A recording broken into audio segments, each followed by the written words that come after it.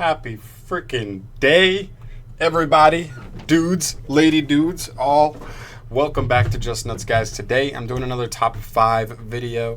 I thought about making this a top 10 video, but I thought I was just kind of skimping out. There was like barely 10 that I really even thought fit this list. But so to make it a little more exclusive, a little more impactful for the cards that did make it, I decided to make it top 5. If you don't know what list we're doing today, we're doing top 5 level 1 monsters that I think are better than you think. So this is, I mean, like, I don't know. They kind of fit into different categories. You could either say like they're better than you think right now, or I believe at some point they will be very good. I think they're just ones to keep an eye on. Maybe we'll just say that. Top 5 level ones to keep your eye on, at all times, because at any point I feel like any of these could find their way into the metagame. But without further ado, let's jump right into it. So here we've got Mudskipper. This is number 5 on our list. Mudskipper is obviously a level 1 Earth Cyberse effect monster with 0 attack, 2100 defense, which is a much bigger stat than you're going to find on more or less any level 1 monster, but his effects are very cool, very strong, and this is what it reads. If this card is sent to the graveyard any way, shape, or form, you can special summon this card. Then, if this card is banished, you can special summon this card.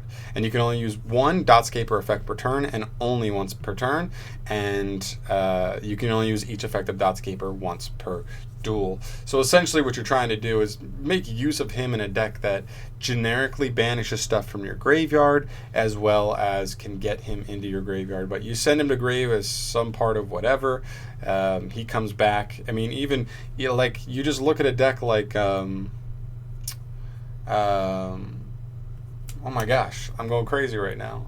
You look at a deck like Orchist, when they were, I guess still now, you can literally just normal summon Mudskipper, link him into Linkuriboh, or link away him for Linkuriboh. He revives himself, and then right there you go into Phoenix or Cerberus, and then into a Mermaid, and then you kind of pop off. So already he is usable in that deck, and I think in some way, shape, or form, he's not as hand trappable as some of the other ways you try to get 2 monsters on the field. So in that way, I think he's a little more reliable, but I think he has his own weaknesses as well. And then his secondary effect, where if any point you can get him banished, you're going to get a free monster back onto the field, a free 2100 body, a nice wall to kind of put in front of your opponent. And I just think he's going to at some point come up for his extendability. Even though you can only do each of those once per duel, they're pretty good once per duel effects, So don't sleep on Mudskipper. I am almost positive he will come up at some point in the future. So just don't sleep on him, all right?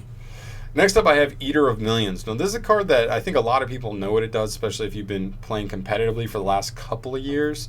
But he hasn't really been relevant for a minute. It's been a minute since he has done anything really impactful in terms of side deck, main deck, anything. This card is really only good going second. If you don't know, Eater of Millions is a level 1 Dark Fiend with question mark for both of its stats. He cannot be normal summoned or set. He must be special summoned from your hand by banishing 5 or more cards from your hand, field, and or extra deck face down. And this card gains 100 attack and defense for each face down banished card currently. That means if you play him in a deck that plays Desires, if you banish 10, he's going to get that an extra 1,000. If you play Gizmek, Murakuma no Orochi and banish 8, he's going to get an extra 800 plus the 5 he gets, so that's 13. But his best part about him is that once per turn at the start of the damage step, if this card battles an opponent's monster, you can banish that opponent's monster face down. That's why this card in its largest level of prime was a going second side deck type card, where you just side him in, just kind of, it's a free monster on board, you're not wasting your normal summon or anything, just to bait out something. You apply pressure with him. If your opponent does not negate him, he's going to banish something, just straight up gone, face down, probably for the rest of the duel. And then also, if you're playing him in a deck where you banish a bunch of stuff, you can end up getting him pretty big as well. He's pretty generic. I don't think he gets abused in specific strategies outside of maybe Gren Maju Garzette. That's the most specific deck but other than that, I don't think he really does anything. That's pretty much all he really does. I just think he's good.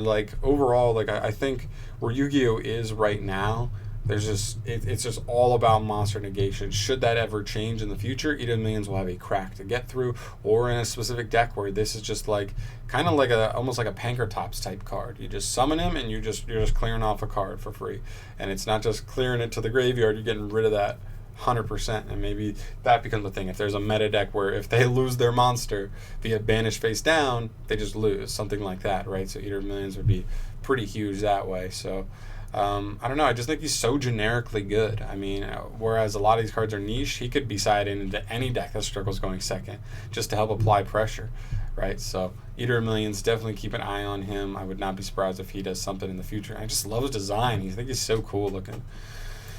Then we move to number 3. Number 3, we have Glow Up Bloom. This is the only like archetype specific card I have on here.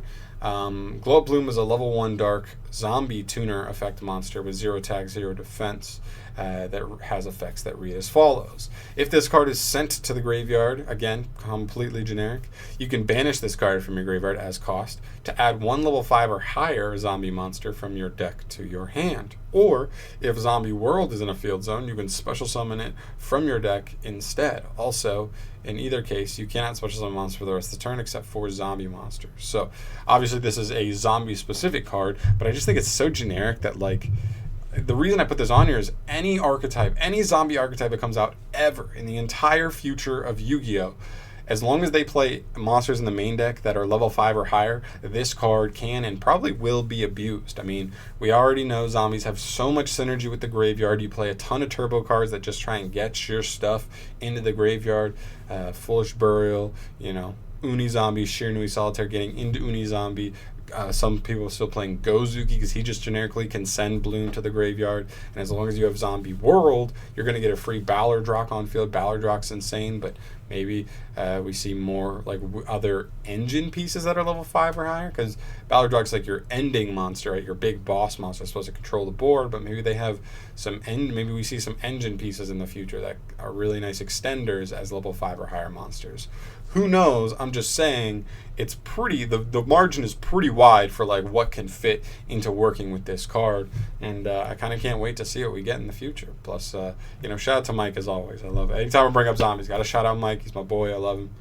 And yeah, cool. Glow Up Bloom, number 3.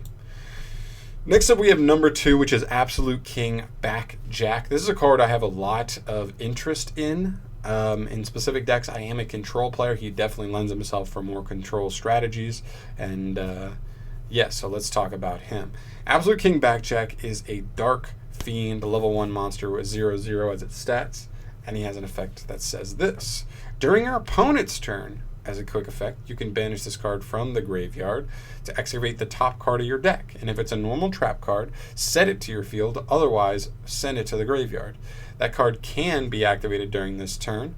And then if this card itself is sent to the graveyard, you can look at 3 cards from the top of your deck, then place them on the top of your deck in any order.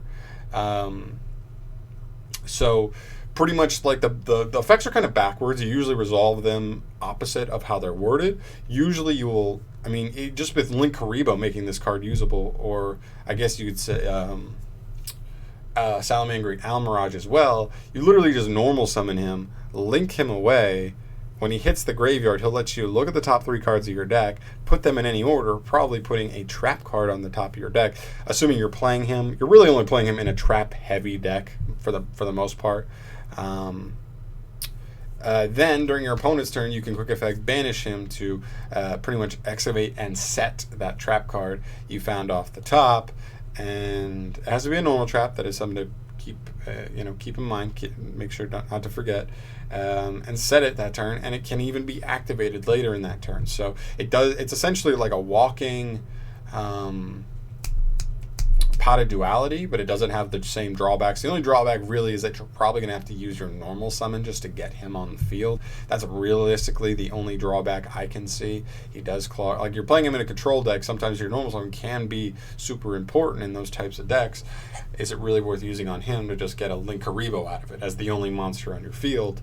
Maybe, maybe not. I'm not here to tell you that, but he does let you dig deeper. He's a pretty nice consistency card. And in those slower decks, you don't need to start so hot sometimes. Sometimes sometimes you can, if you're going first, start with him, dig a little deeper, find the trap card that completes your board, makes you feel a little more comfortable about the level of disruption you're going to have, and go from there. But I really like Absolute King Backcheck. He's a really cool card, and there's a lot of versatility he has. So don't sleep on him if you're a control player. Definitely keep an eye on him. Paleos are what I'm looking at. Like a Lair of Darkness is a possible card to play, and then like Trap Tricks. Those are the 3 big decks I'm looking at here that could make the most use of him. They play most of those decks mostly play a large amount of normal trap cards, and also they Foolish Burial stuff. So you could even throw a Ronin on top of your deck, Foolish him when you excavate, just to get him engraved so you can extend next turn. Stuff like that. I mean, it's just so he has so much versatility, right? So there we go. Absolute King Backjack is number 2. Then we move to our last slot here for Mudskipper. I cannot help but love this card. I'm telling you guys, at some point this guy will do something. I know it. I can feel it. I made a whole separate video, I think it was like a 10-minute long video just about for Mudskipper, and essentially I just went into all the decks that he could possibly be used in, and pretty much the conclusion was we already have decks where he can actually do some things. The biggest problem with him right now is that his like one of the best effects for him is that he has the bonus effect of whenever he's sent to the graveyard as linked material, you just get to search a free level 5 or higher Cyberus monster from deck to hand. Unfortunately, there aren't very many good, especially generic level 5 or higher Cyberus monsters right now that would really be able to make him super worth outside of like a very specific Cyberus deck, right? So until we get maybe like just one, I mean, all we need is one kind of generic level 5 or higher Cyberus monster that really can be used with him, and then he'll already be used. Just because any deck that has a powerful Link 1, you look at Trap Tricks. This guy just straight up normal summon, go right into Trap Trick Sarah. Straight up for going second or later in the duel with Magical Musketeers. He could be an inconsistency card where you're just normal summoning him, making Magical Musketeer max, and then getting a bunch of searches or specials off of that. Any deck. Literally any deck that plays a bunch of level or a powerful Link 1, this card can be insane even as your normal summon, and then all we need really is one level 5 or higher Cyberus that really breaks him open, really allows him to get you a strong plus, not just a plus that doesn't really do you much, but a real nice plus. So that's pretty much it here, guys. Let me know what you think about this. Let me know if you think I missed anything specifically. Like, there were some there are definitely some powerful level 1s, but I felt like for the most part the ones that I didn't put on here that were really powerful level 1s were ones that we know are powerful level 1s. Like, I didn't want to put like glow up bulb on here. I just didn't. I felt like a lot of people like already know that glow up bulb can be insanely powerful, especially with like Crystron needle fiber and stuff like that. So I don't know. There were other level 1s. I felt like they were either already known to be very powerful cards. These were like the more underrated ones, especially at the moment. Eater of Millions arguably could be looked at as a card that already had its heyday, so like people don't look down on it completely, but I don't know. That's pretty much it though, guys. Let me know if you think I really missed anything as far as underrated level 1s go, and I'll catch you in the next video. Thank you so much for watching. As always, subscribe to the channel if you have not yet, because we got more videos like this coming up soon. And yeah, peace. Peace in the Middle East. Ooh.